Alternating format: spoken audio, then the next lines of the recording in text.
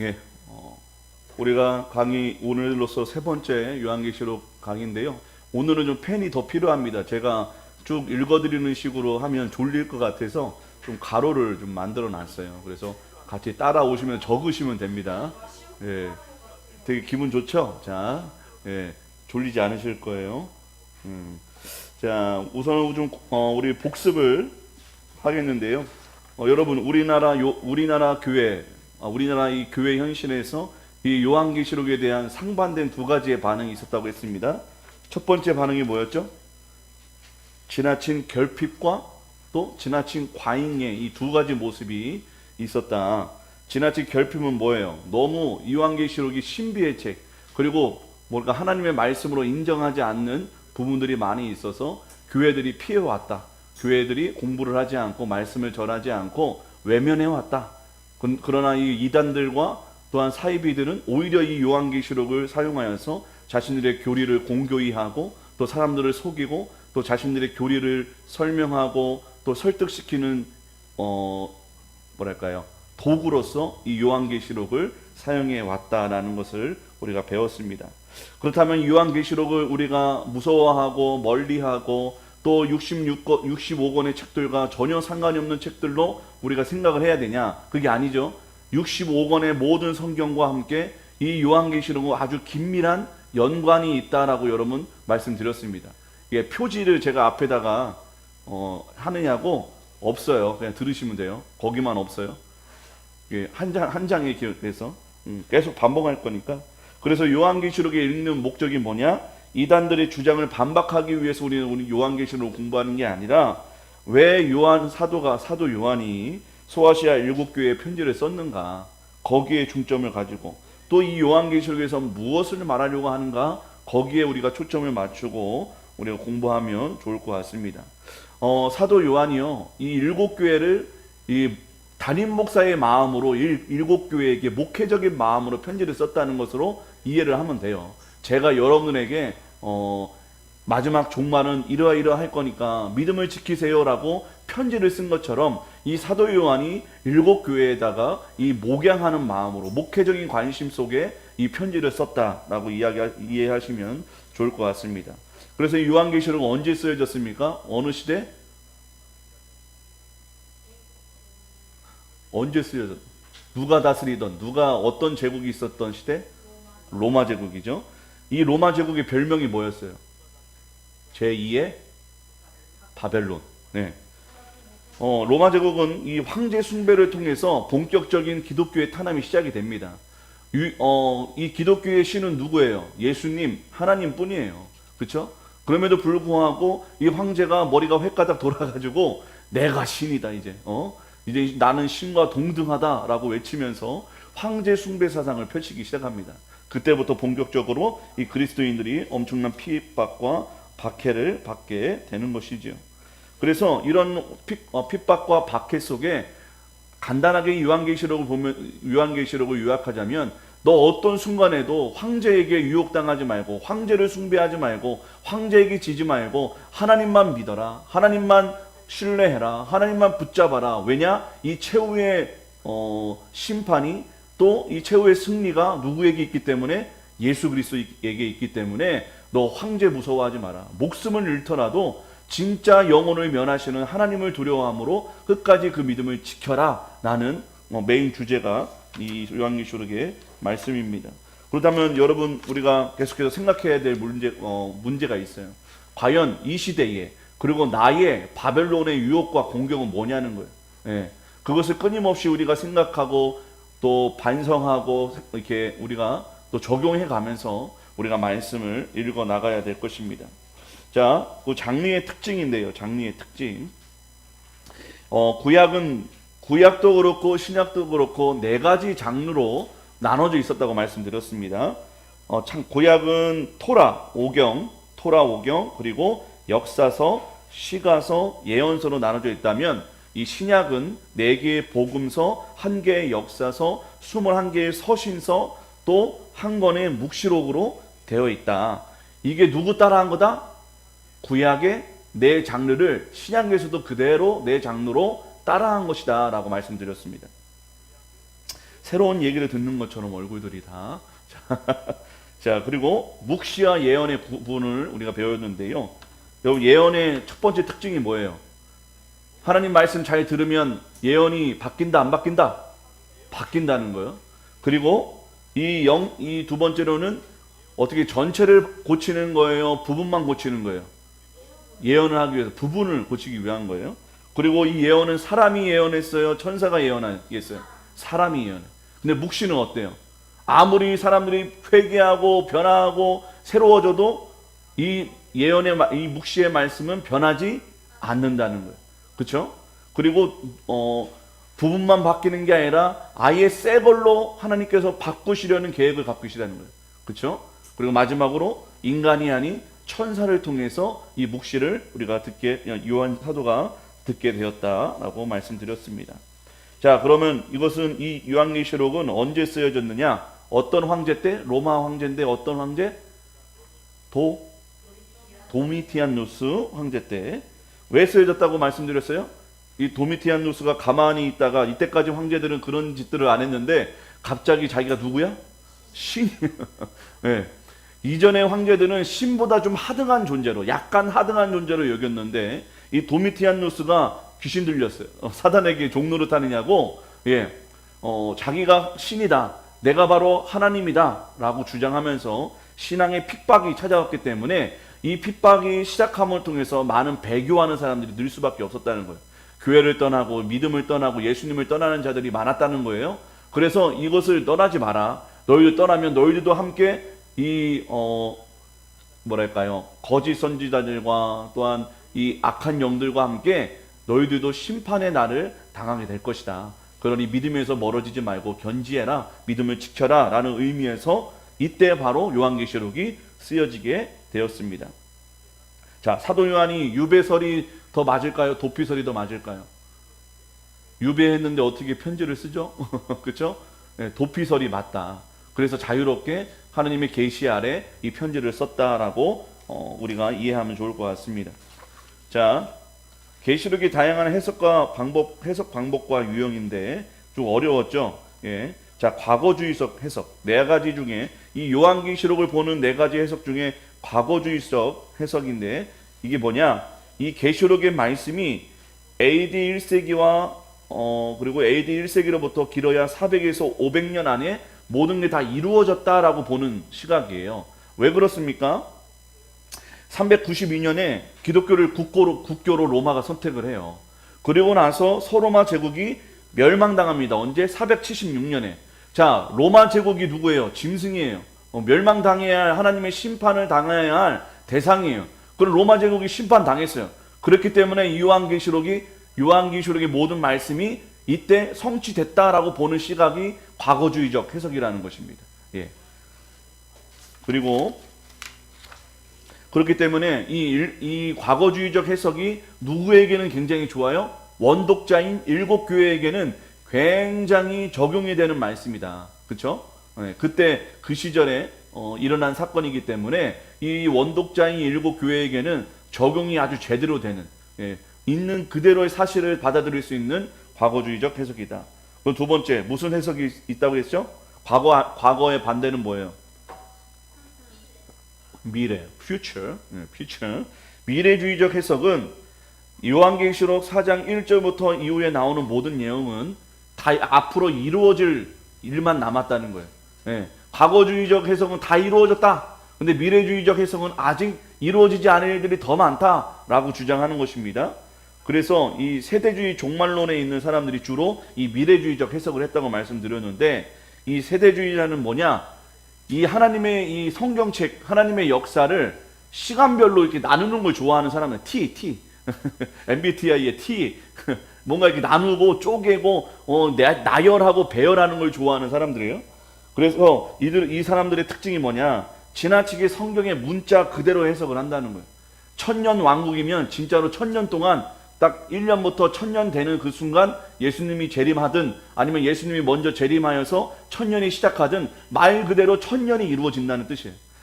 근데 대부분의 보는 시각들은 이 1000년은 어떤 상징, 비유로 파악을 하는데, 이 사람들은 1000년이라고 한다면 진짜 1000년 동안 딱 그 일이 이루어진 다음에 뭐 예수님이 재림을 하시든 뭐 새나라 새 하늘과 새 땅이 임하든 아무튼 이 1000년이 있는 그대로 문자 그대로 이루어진다라고 믿는 사람들이라는 것입니다.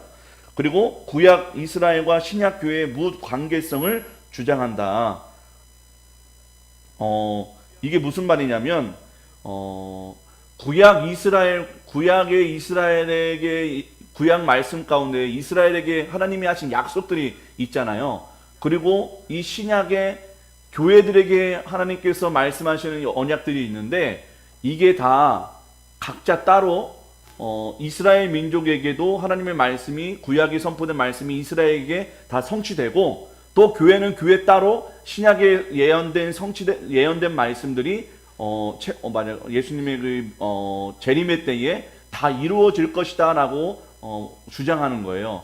근데 성경은 어떤 걸 의미하고 있습니까? 처음부터 끝까지 다 예수로 이게 일관되어 있게 되어 있고, 또 예수를 향하여서, 구약은 예수를 향하여서 말씀이 오실 예수님, 또 신약은 오신 예수님과 다시 오실 예수님에 대한 성경으로 일맥상통하고 있음에도 불구하고 이 성경을 따로, 구약 따로 신약 따로 본다는 것이죠, 이 세대주의자들은.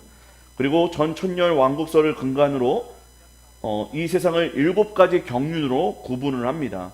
뭐 순수시대, 양심시대, 인간 정부시대, 약속시대, 율법시대, 은혜시대, 천년 왕국시대, 뭐 이렇게 쭉 나눠놔요. 그러니까 이게 순차적으로 뭔가 탁탁탁탁 이렇게 일어난다. 이 시간의 어떤 뭐랄까요? 아무튼 뭐라고 설명하기가 어렵긴 한데, 시간을 딱딱 쪼개가지고 이루어지고 있다라는 어떤 순서 속에, 하나님만이 아시는 어떤 순서 속에 탁탁탁탁 그 순서대로 일이 진행되고 있다라고 믿는 사람들입니다. 그러나 이 세대주의적 향한 비판도 있는데, 이 성경과 교회와 하나님의 구원이 단일성에 상처를 주고, 더욱 지나친 문자 조율을 통해서 성경의 일부만 취사 선택하게 만들고, 그래서 전체적인 메시지를 훼손하게 됐다라고 지적하기도 합니다. 그리고 미래주의적 해석은, 그렇다면은 이 원독자인 일곱 교회하고는 전혀 상관없는 일이다라고 주장할 수밖에 없는 거예요. 미래주의적 해석은. 일곱 교회에게는 어떤 의미가 있는 성경인가라고 회의가 될 수 있다는 것입니다. 그리고 이상주의적 해석은 말 그대로 흑백 논리예요. 흑백 논리. 악과 선.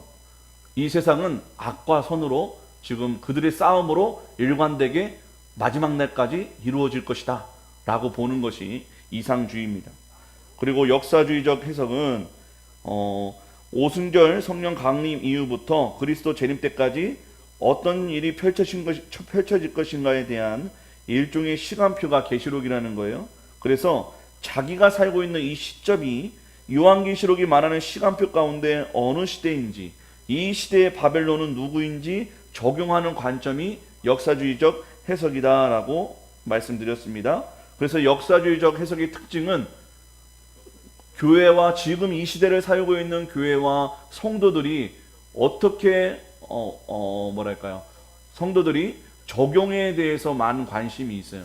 이 시대의 바벨론은 누구이고, 이 시대의 로마 황제는 누구이고, 또 이 시대의 용은 무엇인가. 그렇게 계속 끊임없이 이 성경과 오늘날의 우리들의 모습과 적용하고 어떤 연관이 있는지를 바라보는 것이 역사주의적 해석이다라고 이해하시면 좋을 것 같습니다.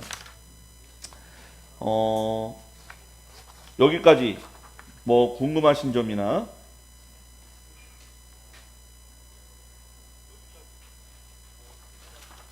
질문 없나요?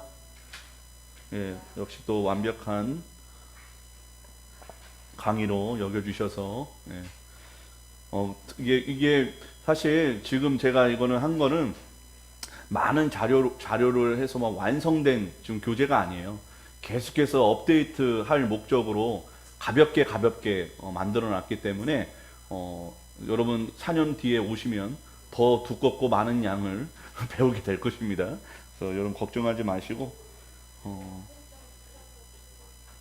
그래요? 앞에 장 한 장만 없어요. 거기 있어요. 자, 오늘 나눠드린 거 강의 3, 강의 세 번째 한번 오늘 본격적으로 해보도록 하겠습니다. 자, 계시록의 주요 주제들인데요. 첫 번째로는 재앙 시리즈입니다. 재앙. 6장에서 19장까지 재앙 시리즈가 나오는데 뭐가 나오냐? 일곱 인. 적어야 돼요. 가만히 계시면 안 돼. 일곱 인, 일곱 나팔, 일곱 대접이라는 연속적인 재앙이 연속해서 일어난다. 그리고 일곱 인, 일곱 나팔, 일곱 대접이라는 대접, 예, 대접, 접, 지읒, 저의 비읍,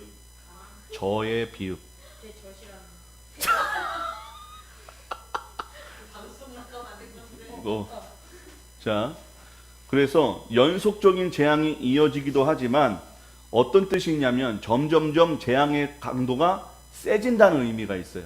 더 세지고 무섭고 조금 더 점점점 더 파괴적인 재앙이 일어난다라는 것을 의미합니다. 그래서 이 재앙의 궁극적인 의미가 뭐냐면 하나님을 온전히 섬기지 않는 자들, 더 나아가서는 큰 성 바벨론에 대한 하나님의 심판이 반드시, 정말 반드시 일어나게 될 것이라는 것을 의미한다는 거예요. 그래서 우리가 기억해야 될 것은 우리가 재앙과 심판을 동일하게 보지 말고 구별을 좀 할 줄 알아야 됩니다. 재앙과 심판을 구별해야 된다는 거예요. 첫 번째 재앙은요, 악인과 의인 모두에게 피해를 주는 것이 재앙이래요. 네. 악인이든 의인이든 뭘 받는다? 재앙은 똑같이 받는다. 그러나 믿는 자의 재앙은 믿음의 테스트가 되는 것이죠. 그렇죠? 재앙이 일어났을 때 예수님을 버리고 교회를 버리고 배교하는 것이 아니라 오히려 이 시련과 연단을 통해서 더욱더 믿음의 못이 견고해지는 망치질로서 이런 재앙들이 임하게 된다는 거예요. 네, 이해가 되시죠? 여러분, 예로 오늘날의 이 생태 위기를 환경 재앙이라고 그러지 환경 심판이라고 하지 않습니다. 그렇죠? 환경 재앙은 모든 사람이 고통받는 일이에요. 그렇죠? 그렇기 때문에 의인이든 악인이든 함께 고통받고 받을 수밖에 없는 것을 뭐라고요? 재앙. 예, 심판이 아닌 재앙.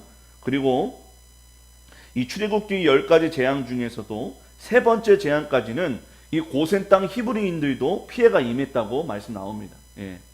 장자가 예굽의 장자가 죽을 때는 이스라엘 장자는 죽지 않았어요. 그게 뭐야? 뭡니까? 예, 심판의 의미가 있다는 거예요. 자, 심판을 더 볼까요? 심판은 악인들만이 피해를 고스란히 떠안는 거예요. 악인들. 예. 그 다음 결론은 뭐냐? 재앙은 악인과 의인 모두에게 임하지만 심판은 악인들에게만 임한다 라는 것이죠. 그래서 이 6장에서 19장까지의 큰 줄기가 뭐냐? 사탄의 하수인인 바다에서 올라온 짐승. 이 바다에서 올라온 짐승이 이런 제국의 황제들을 의미해요. 제국의 황제들. 그리고 땅에서 올라온 짐승. 그럼 이들은 뭐냐면, 야, 이 황제한테 절해야 돼. 이 황제가 진짜 이 시대의 황제고 왕이고 신이야 라고 거짓말하는 자들, 쉽게 말해 거짓 선지자들을 의미합니다. 교회 안에도 우리가 일곱 교회를 보면 발락의 교리를 따르는 자들이라고 나와요. 그게 뭐냐면 황제도 섬기고 하나님도 섬겨도 괜찮아 라고 말하는 거짓 선지자들이 교회 안에 일어나게 됐다는 거예요. 그런 자들이 땅에서 올라온 짐승이라는 뜻이에요. 거짓 선지자들. 그리고 큰 성 바벨론의 상징인 로마 제국이 하나님의 심판을 받는 내용으로 일곱인, 일곱 나팔, 일곱 대접 이야기로 나오고 있습니다. 그러나 하나님의 심판은 악인들만을 타깃으로 하지 않습니다. 하나님의 심판이 이루어지고 있을 때 재앙도 나타나고요, 심판도 있기 때문에 재앙이냐 심판이냐를 따지는 것보다도 더 중요한 게 뭐냐? 일곱인, 일곱 나팔, 일곱 대접, 대접이라는 이 주제로 6장에서 19장까지의 내용이 나오게 된다는 것만 좀 우선 기억을 하시면 좋을 것 같습니다. 결국 일곱인, 일곱 나팔, 일곱 대접의 심판은 이 땅을 지배한 듯 보이는 로마 제국 큰 바벨론이라는 존재가 이 바벨론을 좌지우지하고 있는 바다에서 올라온 짐승과 땅에서 올라온 짐승, 또 이 두 짐승에게 권세를 부여했던 큰 용인 사탄과 마귀를 하나님이 소멸하고 심판하신다는 내용으로 이해하시면 됩니다. 그냥 다 없애버리시겠다는 거예요, 하나님께서. 이 사탄과 마귀뿐만 아니라 이들의 종노릇했던 물에서 올라온 짐승, 또 이 물에서 올라온 짐승의 종노릇했던 땅에서 올라온 짐승 모두를 하나님께서 심판하시겠다는 의미가 바로 일곱인, 일곱 나팔, 일곱 대접의 이야기다라는 것을 기억하시면 좋을 것 같습니다. 요게 흥미로운 점은요, 이 일곱 나팔, 일곱 대접 재앙은 이 출애굽기에 나오는 10가지 재앙과 매우 유사한 점이 많이 있습니다. 그래서 물이 피로 변하는 재앙, 우박 재앙, 황충 재앙, 물이 써지는 재앙 등 출애굽기 10가지 재앙과 동일하게 나타납니다. 그냥 참고로 666이라는 단어가 우리가 많이 들었잖아요. 악마의 숫자다. 예, 악마의 숫자이긴 합니다. 여러 가지 이야기가 있는데 저도 한번 좀 살펴봤는데, 여러분 사람이 몇째 날에 지어졌죠? 6째 날. 그러니까 666은 사람이에요. 777은 하나님이 쉬시는 날, 완전수. 그렇기 때문에 777은 굉장히 좋은 수예요. 그러니까 완벽한 수예요. 예, 하나님의 숫자예요. 근데 666은 사람이기 때문에 이 사람은 뭐예요? 사람은 죄인이에요.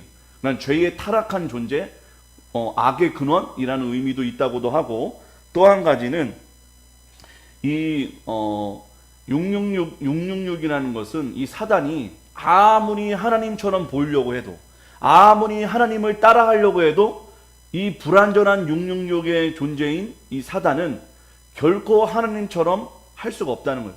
하나님을 능가할 수 없다는 거예요. 그런 부족한 존재, 또 뭐랄까요, 미완성된 존재, 또 결코 승리할 수 없는 존재라는 의미로 666이라는 뜻도 있습니다.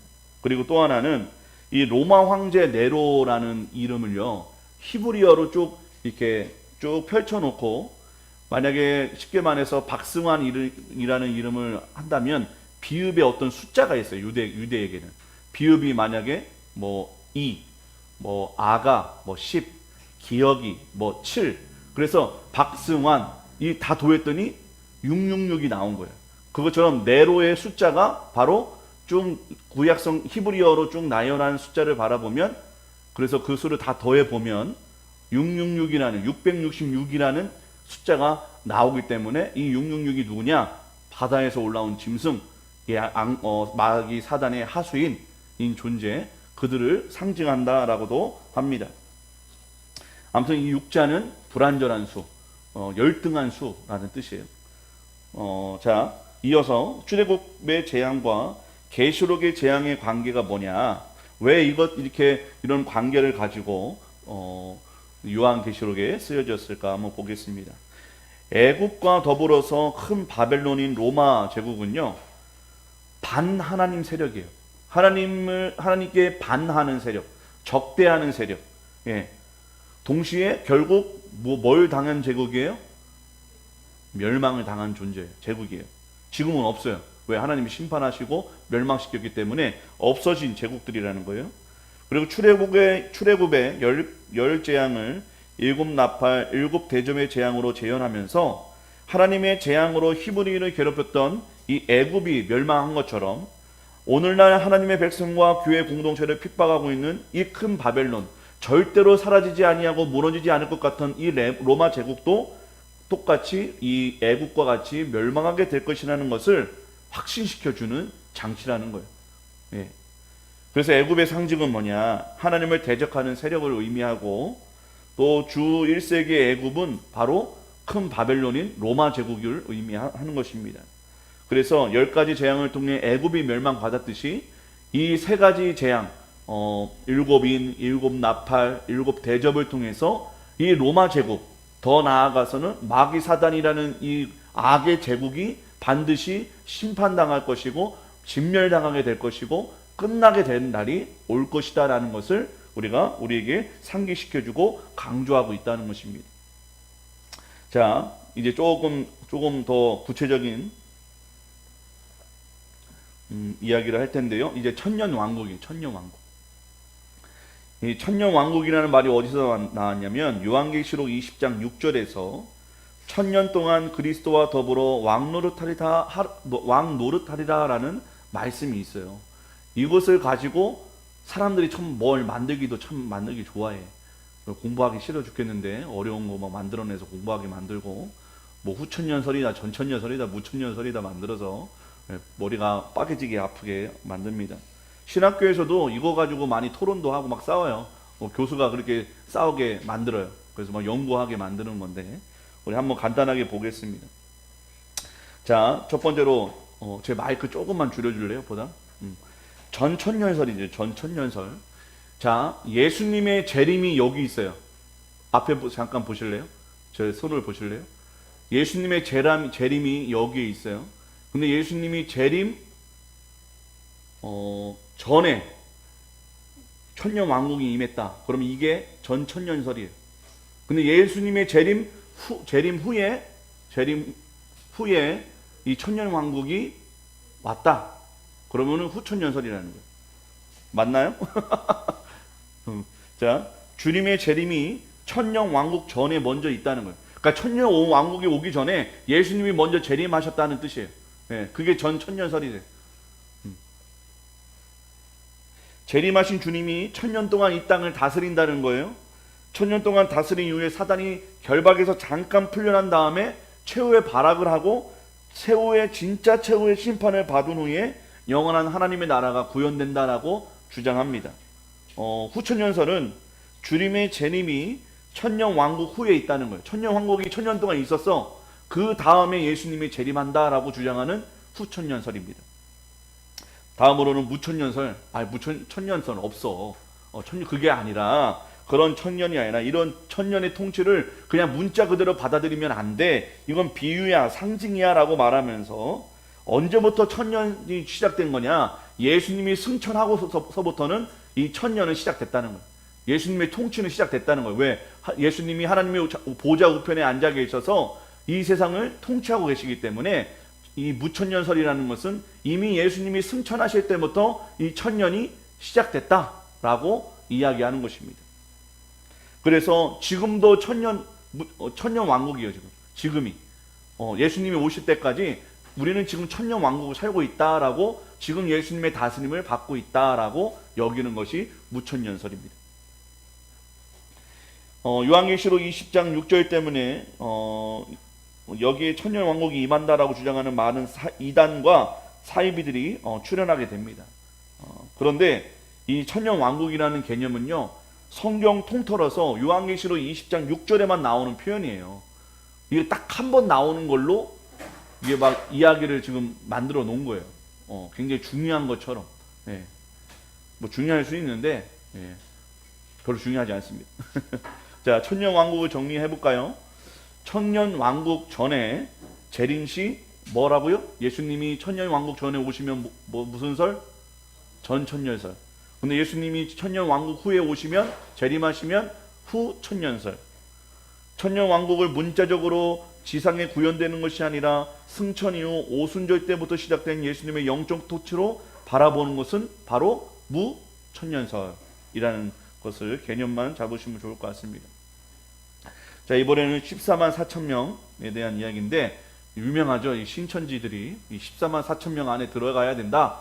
그래야만 구원받을 수 있다라고 헛소리를 아주 짓거리고 있는데 우리가 한번 좀 잘 파악을 해봅시다. 자, 오해와 왜곡. 우리가 제가 말씀드린 것처럼 이단들은 이 14만 4천을 문자적 물리적인 숫자로 이해했어요. 딱 14만 4천 명. 아니, 웃기지 않아요? 전 세계가 몇억 명, 몇십억 명인데 어떻게 신천지 자기 안에서만 14만 4천 명이 딱 결정돼서 구원받겠다고 할 수 있을까? 그 말이 안 되는 거예요. 그래서 14만 4천 명에 들어야 한다고 사람들을 독려하고 또 신앙의 열심을 내도록 이렇게 사기를 치는 거죠. 너 여기에 단지파에 12만 명이 뭐야 12 12 1200명 안에 1200명이 맞나요? 아무튼 그 안에 들어와야 돼. 그러려면 헌금 많이 내야 되고, 그러려면 뭐 공부도 해야 돼. 이런 교육도 다 받아야 되고, 전도 몇 명 이상 해야 돼. 참 좋은 교리예요. 교회적으로 볼 때는 부러워요. 그렇게 하면 막 열심을 내니까 사람들은. 근데 그게 거짓이라는 것이죠. 말이 안 된다는 것이죠. 자, 이 14만 4천 명이 어떤 의미인지 세 개의 주장이 있는데 함께 나눠보도록 하겠습니다. 자, 첫 번째 주장은 이 14만 4천을 이스라엘 사람, 즉 유대인들 가운데 구원받은 자들의 숫자로 본다는 거예요. 요한계시록 7장 9절에서 보면 이스라엘 외에 구원받는 이방인들의 숫자가 따로 나오기 때문에 그 사람들 숫자는 모르겠고, 이 14만 4천 명의 숫자는 오직 유대인들이 구원받는 숫자다라고 보는 견해입니다. 예. 그리고 두 번째는 14만 4천을 역사의 마지막 시기에 끝까지 하나님께 충성을 지킨 구원받는 자들의 총수로 보는 해석입니다. 첫 번째 해석은 14만 4천 명은 유대인들만이라고 얘기를 한 건데, 근데 뒤에다가 셀 수 없는 큰 무리라는 말씀이 나오는 것을 보면 그럼 그것은 우리가 어떻게 해석이 안 되는 거예요. 그래서 이 셀 수 없는 큰 무리도 구원받는 이방인으로 본다는 거예요. 그래서 두 번째 해석은 이스라엘이건 이방인이건 끝까지 하나님께 충성스러운 믿음을 지킨 구원받은 자들의 총수가 바로 14만 4천 명이라는 뜻이 있습니다. 예. 근데 이것도 좀 문자적으로 해석을 하려면 창세 때부터 지금까지 구원받은 숫자가 14만 유대인 포함해서 전 세계적으로 14만 4천 명밖에 안 된다는 뜻이에요. 문제적으로만 해석을 한다면 이것도 좀 문제가 있는 해석이죠. 자, 마지막으로 세 번째 주장. 14만 4천을 물리적인 숫자로 보지 않고요, 하나님의 구원을 받는 자들의 충만함으로 보는 견해입니다. 예. 충만함이라는 것은 엄청 많다는 거예요. 구원받는 자들이 엄청 많다는 거예요. 14만 4천은 좀 숫자가 이게 수학이 필요한데 12 곱하기 15 곱하기 1000이라는 뜻이 있어요. 12 곱하기 12 곱하기 1000. 12는 첫 번째 12는 구약의 12지파, 구약의 유대인들을 의미합니다. 구약의 12지파를 상징하는 거예요. 상징. 그리고 신약의 12사도 또 12교회를 의미합니다. 그리고 군대의 기본 조직 단위가 1000명이기도 하고, 이 1000이라는 숫자가 많다, 엄청 많다라는 뜻이 있어요. 숫자의 뜻이 있어요. 숫자.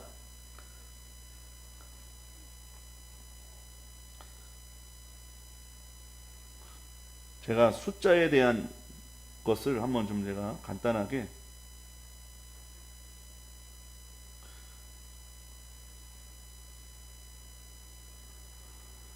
알려드릴게요.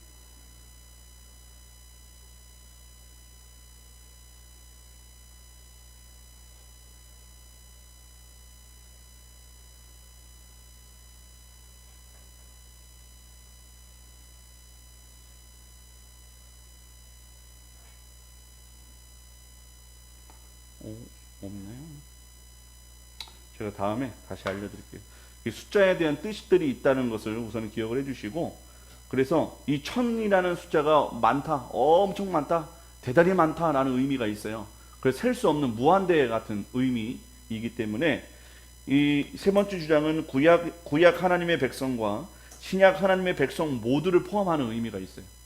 이거는 그냥 진짜 문자적으로 숫자가 아니라 구약과 신약을 통해 통합하여서 구원받는 백성들의 총수를 의미하고 있다는 거예요. 엄청 많다는 의미다. 이거는 진짜 14만 4천 명이 아니라 정말 많은 자의 사람들이 하나님의 구원을 받는 대상자들이다라는 것을 의미한다는 것을 이해한다는 것입니다. 그래서 많은 학자들이요, 이 세 번째 해석을 많이 지지합니다.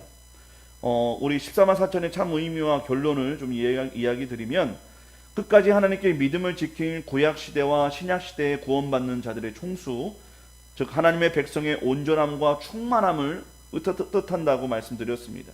그래서 구약과 신약의 하나님의 백성의 총수이고, 또 세 번째 해석으로 이해되어질 때만 이 신천지나 같은 이단들이 이 14만 4천 명에 들기 위해 열심을 내고 전도를 하고 교회에 충성해야 구원을 받을 수 있다는 논리는 결국 이 신도들의 노동력과 물질과 몸과 마음을 도둑질하고 사기치기 위한 거짓 교리임이 드러나는 것입니다.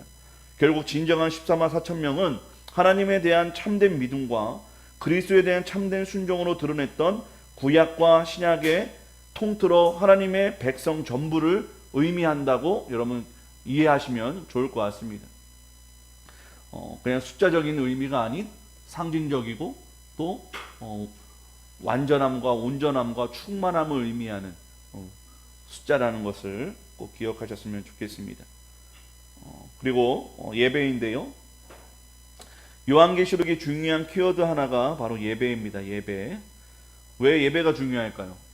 이 시대에 이 당시 로마 시대의 예배의 대상자는 누구였죠?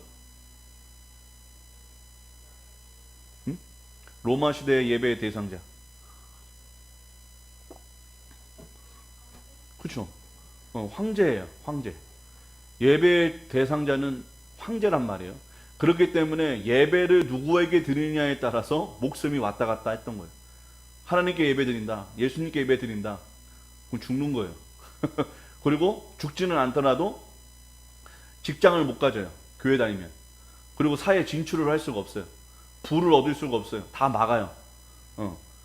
황제를 섬기지 않고 하나님을 섬긴다는 이유로, 예수님을 섬긴다는 이유로 그런 기독인들은 사회에서나 또한 먹고 사는 문제가 굉장히 어려워집니다. 자, 이 땅에서는 로마 황제가 모든 백성에게 자신을 예배할 것을 강요합니다. 그리고 그 명령을 지키지 않는 자들에게는 불이익을 주고 처형을 하기도 합니다. 그렇기 때문에 경제적으로 타격이 있었고 또 사회에 진출을 할 수가 없었어요. 예. 따라서 황제 숭배를 거부한 이유로 초대교인들이 고난과 핍박을 많이 받습니다. 한마디로 로마 황제는 많은 사람의 예배를 독점하는 자였습니다. 요한계시록은 이러한 상황 속에서 인간이 정말 예배해야 할 대상은 누구인가를 말해주고 있다는 거예요. 너 이런 상황 속에서 진짜 예배의 대상이 누군지 아니? 바로 하나님이야. 왜 그런지 알아? 이 로마 제국을 심판하고 진멸시키고 더 나아가서는 이 악의 근원인 마귀와 사단을 심판하실 이가 바로 예수 그리스도 예수님이기 때문에, 하나님이시기 때문에 너 자칫 잘못하다가 로마한테 굴복하고 배교하면 너도 하나님께 심판을 받아. 너도 사단과 함께 지옥에 갈 인생이 될 거야. 그러니 하나님을 예배해, 하나님만 신뢰해, 하나님만 의지해 라고 그 사실을 알려주기 위해 쓰여진 책이 바로 요한계시록이다 라는 것을 말하고 있는 것이죠. 그러면서 로마 황제가 아니라 천상에서 온 우주 만물을 통치하고 계신 하나님이 진짜 이 세상의 황제임을 역설하고 있다. 따라서 요한계시록은 끊임없이 계속해서 도전해요. 너 누구 믿을 거니? 너 누구 믿다가 죽을 거니? 너 어차피 인생은 한번 죽는데 너 로마 황제 무섭다고 로마 황제한테 종이 되고 그를 섬기다가 네 영혼마저도 둘째 사망 지옥으로 가는 인생이 될 것이니, 아니면 이 짧은 인생에서 고난받고 죽임당하지만 저 영원한 천국을 바라보며 믿음을 지킬 것이니 계속해서 유혹받고 시험당하는 이 성도들에게 이 요한계시록은 계속 묻게 된다는 거예요. 너 누구를 진짜 예배의 대상자로 삼고 살 것인가? 예.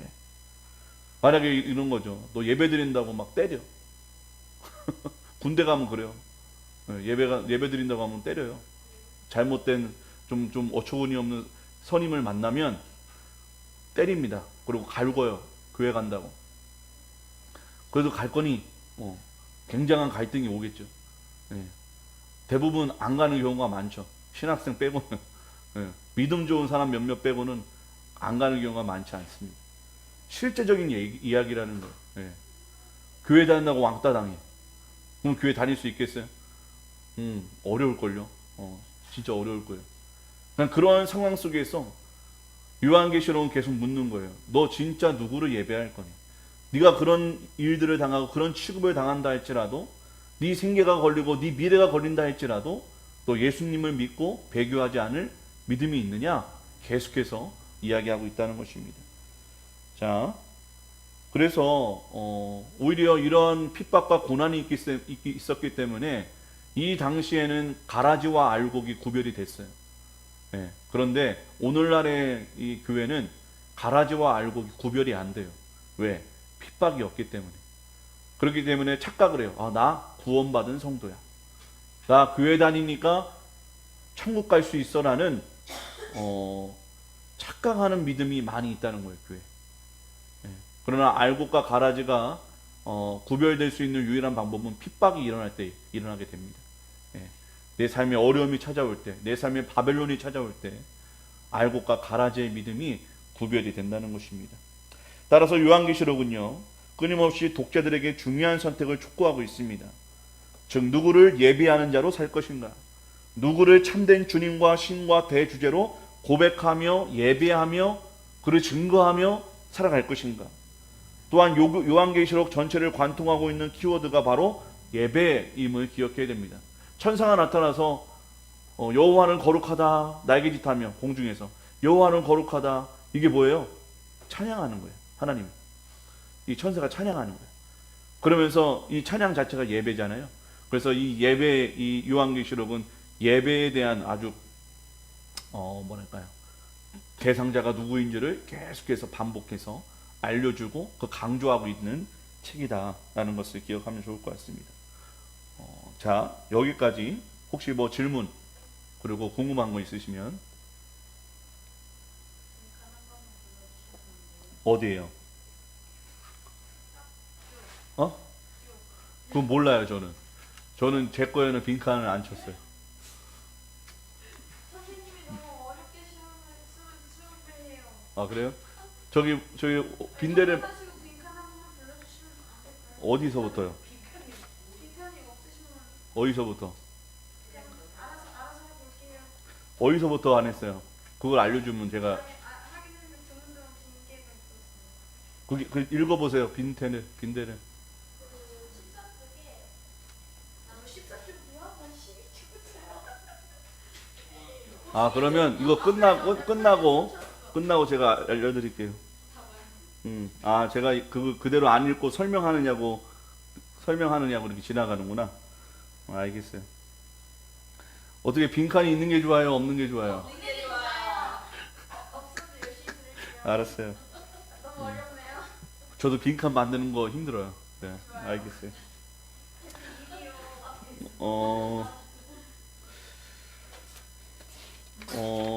조금만 더 할게요. 좀 중요한 내용이 있는데, 자, 요한계시록의 구조입니다. 우리가 네 가지 관점으로 본다고 했죠. 과거주의적 해석, 미래주의적 해석, 이상주의적 해석, 그리고 마지막이 뭐였죠? 역사주의적 해석. 오, 역시 선생님 대단하십니다. 자, 그런데 또 다른 이거는 그것은 관점이지만 구조가 있다는 거예요. 요한계시록 안에는 구조가 있는데, 첫 번째로는 세대주의적 계시록 구조인데요. 요한계시록 1장 19절 우리 함께 읽어볼까요? 시작. 그러므로 내가 본 것과 지금 있는 일과 장차 될 일을 기록하라. 이 말씀을 근거로 이 세대주의자들은요, 계시록의 구조를 1장 19절을 근거로 내가 본 것을 1장으로 보고 지금 있는 일을 2에서 3장으로 보고 장차 될 일을 4장서부터 마지막 장 22장까지를 본다는 것입니다. 네가 본 그것을 1장으로 보고 지금 있는 일, 현재가 2장에서 3장, 일곱 교회들 나오는 거거든요. 그리고 장차 될 일, 그런 4장 이하로 이제는 장차 될 일, 미래적인 일들이 남아있다. 이 세대주의적 관점이 뭐라고요? 미래주의적으로 본다고 했잖아요. 그래서 4장 이하 이후의 모든 일들은, 모든 말씀은 미래에 다 이루어질 일이다 라고 봅니다. 그래서 1장은 과거, 2, 3장은 현재, 4장 이하는 미래로 보는 관점이 있다. 그런 구조로 요한계시록이 되어 있다라고 주장을 한다는 거예요.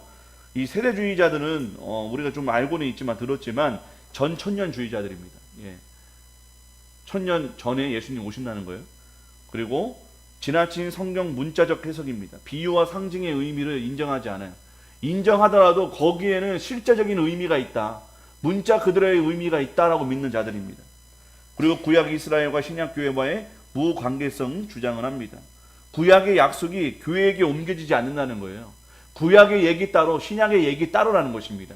구약의 언약된 모든 하나님의 말씀은 이 마지막 때에 하나님께서 유대민족에게 다 이루어줄 말씀이고, 이 신약의 말씀, 이 예언된 말씀들은 이 신약의 교회에게 이루어질 말씀이다. 그래서 구약 따로 신약 따로라고 주장하는 사람들이, 언약의 성취가. 그리고 전천년 왕국설로 7일 경륜으로 구분을 해 놓습니다. 근데 이에 대한 반론이 있어요. 예수님의 재림 이야기는 19장 이후에도 6장에도 나오고요. 천국의 모습은 21장과 22장 마지막에 나올 뿐만 아니라 7장, 14장에도 나온다는 거예요. 똑같은 내용이, 또 어떤 비슷한 내용들이 어떤 시간의 흐름상으로 나오는 게 아니라 뭐랄까요, A가 나왔다가 B 나오고 또 A가 나왔다가 B가 나오고 같은 내용들이 반복해서 나온다는 것입니다. 그렇기 때문에 이 세대주의자들이 이야기하는 것처럼 어떤 시간의 흐름으로 이 성경이 쓰여진 게 아니라 뭔가 반복되는 구조가 있다라고 의미를 하고 있다는 거예요. 자, 그러면 우리가 이 요한계시록을 제대로 보는 바른 관점의 구조는 뭐냐면 천지상호작용의 구조라는 거예요. 천지상호작용. 적으셔야 될걸요? 적으세요. 천지상호작용. 이게 무슨 말이냐면 하늘을 보여주고 또 땅을 보여주고 또 하늘을 보여주고 땅을 보여주는 구조로 되어 있다라는 거예요. 왜 그러냐? 이 천지상호작용의 구조의 목적이 뭐냐? 땅에 발 디디고 살아가는 사람들에게 이 땅의 시각만으로 볼 때 이 세상의 신은 누구예요? 누구예요? 박승환이에요? 로마 황제. 로마 황제. 그러면 오늘날의 신은 누구예요? 미국의 바이든인가요? 러시아의 푸틴인가요? 그렇게 볼 수 있어요. 강대국의, 초강대국의 대통령 1인자. 그런 사람들이 세상의 주인처럼 보일 수 있어요. 세상을 좌지우지하고 이 역사의 주인공처럼 보인다는 거예요. 그러나 이 현실을 넘어, 그러한 사람들을 넘어 이 땅과 영원한 천국을 다스리시는 하나님을 바라보게 하는 것이 이 천지상호작용의 목적이라는 거예요. 야, 바빌론의 큰 성 바벨론 로마 황제가 네 눈앞에는 황제로 보이지, 너의 왕처럼 보이지, 하나님처럼 보이지? 아니야. 하늘을 봐. 하늘의 보좌에 있는 하나님이 계셔. 진짜 신과 진짜 황제, 진짜 만왕의 왕은 바로 하나님이셔. 그것을 땅 보여줬다가, 이 로마 시대의 황제 보여줬다가 또 하나님을 보여주고 또 땅을 보여줬다가 하늘을 보여주면서 과연 누가 진짜 황제인지, 누가 진짜 이 역사의 주인공인지 그것을 보여주는 거예요. 이해가 되십니까? 안 돼요? 안 돼요? 뭐라고요? 자, 그래서 이 땅의 진정한 나라, 진정한 왕이 로마 제국과 황제라면 예수를 믿는 기독교인들은 정말 비참한 거예요. 아니, 예수를 믿지 않더라도 이 세상의 모든 사람들이 비참한 현실을 맞이할 수밖에 없습니다. 아무 소망이 없어요. 이 땅에는 어떤 소망과 희망도 찾아볼 수 없다는 것입니다. 이 땅과 또한 영원한 천국이 없다고 한다면, 또 이 땅 가운데 하나님이 아닌 이 로마 황제라는 사람이 진짜 신이라면 그 어떤 누구도 소망이 없다는 거예요. 예. 이런 땅에 둘러싸여 사는 사람들에게 땅만 바라보게 하면 희망이 없습니다. 그런 사람들에게 하늘을 바라보도록 만드는 것이지요. 그러므로서 오직 하나님만이 우주의 진정한 통치자이심을 깨닫게 해주십니다. 그래서 한번 실제로 보면 1장 볼까요? 1장 보면 하늘이라고 써 있을 거예요. 가로치고 계시자인 예수 그리스도에 대한 설명, 하늘을 보여주는 거예요. 네, 하늘을 보여준 다음에 2, 3장은 이 소아시아 7교회, 땅에 있는 7교회를 보여주고 있습니다. 그러다가 4장에서 5장에서 또 하늘, 천상세계, 하나님의 보좌, 그 보좌 주위에 24장로, 네 생물, 천상의 많은 존재가 하나님과 어린 양을 양께 경배하는 모습을 보여줍니다. 그러다가 6장에 또 땅을 보여주죠. 첫 번째 인에서 여섯 번째 인까지 인재앙이 나옵니다. 그러다가 7장에 또 하늘을 보여줘요. 천상에 구원받은 자들이 하나님을 예비하는 장면이 나옵니다. 또 8장에서 9장 땅을 보여주면서 이 땅에 임할 7 나팔 재앙을 보여줍니다. 또 10장에 하늘을 보여주면서 책을 들고 있는 천사가 사도 요한에게 책을 먹으라고 하는 천상의 환상이 나옵니다. 또 11장에서 13장은 땅이 나오고 로마 제국의 핍박에 힘겨운 분투를 하고 있는 이 지상교회들의 모습들을 보여주고 있습니다. 그러다가 또 하늘을 보여줘요. 14장에 천상에서 성부 하나님과 어린 양을 찬양하는 구원받은 자들의 모습을 보여줍니다. 그러다가 15장에서 18장 또 땅의 모습을 보여주면서 마지막 재앙인 7 대접 재앙을 보여줍니다. 그리고 하늘을 또 보여주고 어린 양의 19장에 어린 양의 재림을 보여줍니다. 그리고 20장에서 22장은 땅을 보여주는데 새 하늘과 새 땅이 펼쳐지는 장면이 나오게 됩니다. 그래서 땅의 현실을 보여주고 또 이 천상에 계신 천상에 있는 존재들을 또 보여주면서 반복을 하는 거예요. 땅과 하늘, 땅과 하늘. 그러면서 어떤 믿음을 갖게 하냐? 이 땅이 전부가 아니라는 거예요. 그리고 이 땅의 황제가 진짜 황제가 아니라는 거예요. 진정한 황제는 하나님이다. 그리고 이 땅의 황제라고 불리우는 그 모든 대상자들, 제국들, 또 예수 믿는 자들을 핍박하고 예수 그리스도를 대적하는 적 그리스도를 다 하나님께서 어떻게 하신다? 진멸하고 심판하여 무종행으로 다 쳐 넣으실 것이다 라고 보여주는 것이죠. 그러면서 이 땅에 살고 있는 성도들은 소망을 갖는 거예요. 아, 내가 살아가야 되는 이유는 뭐냐?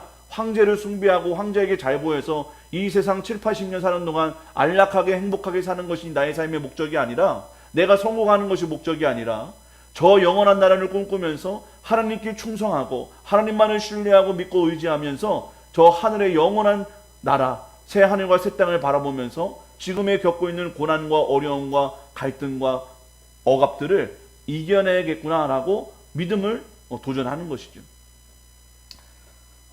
그래서 이 천지상호작용의 구조에 대한 결론을 말씀드리면, 이 요한계시록은요, 세대주의자들의 주장과 같이 1장 19절의 근거에 과거, 현재, 미래로 되어 있지 않다는 거예요.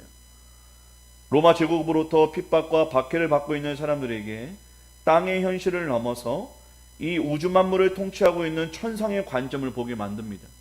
하늘이 있다는 걸 보여주는 거예요. 땅만 있지 않아, 얘들아. 성도들아, 땅만 있지 않아. 땅만 보고 살지 마. 땅으로 실망하지 마. 땅으로 배교하지 마. 하나님이 계셔. 하늘에 하나님이 계셔. 우리 예수 그리스도가 다시 오실 거야. 우리 그것을 바라보면서 믿음을 끝까지 견지하자라고 말씀하십니다. 그래서 따라서 로마 황제에게 무릎 꿇지 말고 끝까지 하나님께 충성과 참된 믿음을 지켜낼 것을 촉구합니다. 이 천지 상호작용의 구조는요, 요한계시록의 가장 중요한 특징입니다. 즉 결국 하나님이 주관하신다는 거예요. 이 세상을 또 영원한 나라를 다스리신다는 것이죠. 하나님이 이 땅의 악한 제국들, 이 악한 제국을 조종하고 있는 큰 용 사탄을 궁극적으로 심판하실 때가 온다는 것을 보여주십니다. 하나님의 역사를 소망하고 기도하고 붙잡음으로써 하나님이 베푸실 새 하늘과 새 땅, 즉 온전한 에덴의 회복을 바라고 그 나라 백성이 될 것을 촉구하는 것이 바로 요한계시록의 목적이다. 또 천지상호작용이 구조가 쓰여진 이유이다라는 것을 기억하셨으면 좋겠습니다. 오늘 꽤 많이 우리가 공부했는데요. 자, 우리 함께 이 시간